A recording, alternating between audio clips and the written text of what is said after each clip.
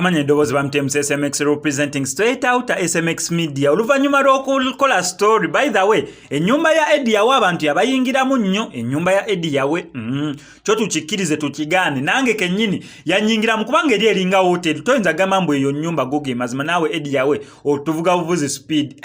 Musajja n'ozimba ennyumba ng'eringa hoteli. Kati oluvanyuma lw'okulaba ennyumba ya Eddie Yawe waliwo yatukubidde ebifaananyi lwakuba ono ye bambi ngenda muwa credit.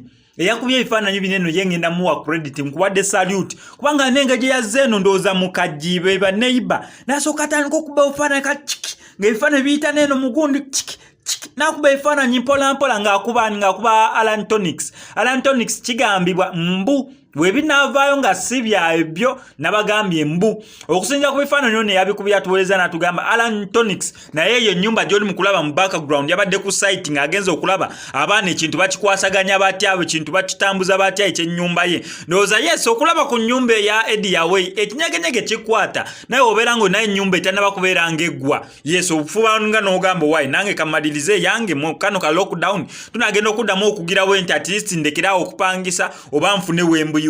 Naye bwe gaba ng'amakulu agali mu background gago Alan Tonix wano ku SMX media tugamba bambi yoga okugituusaawo kalina si mulimu mwangu. Ennyumba eri mu background eraga ya kalina yes wadde tena kubeera ng'eggwa naye ntemanyi pati ezisinga zagwa kubanga site ennyumba ogiggala okugigala kwe kuteekamu enzigi madinisa n'obeera nga wagisereka waggulu. Awo Alan Tonix obeera tolina ky'obanjeeyo landlord ne wakugoba ojja buzzaawo ng'obuyiwo oteekamu mu ddinisa ekisuukasuukaawo kasonfalisi obeera nago nga weebaka kubanga awo ennyumba ebeera ewedde. Naye Alan Tonix we gaba nga amakulu agali mu background ddala nga kituufu nnyumba yefe wano ku SMX media tetulina mpiga tugamba bambi yoga omanye omuntu kasita osiima munno okyalina ne Katonda naye akongera naye ate kasodda onofuna effutwa maama biki neera abyo bibye si bibye neera ebyo just yekubisa no kusiima spread love not hate tusige nnyo okwagala wabula si obukyayi. Fe wano ku SMX media tugamba Alan Tonix wamma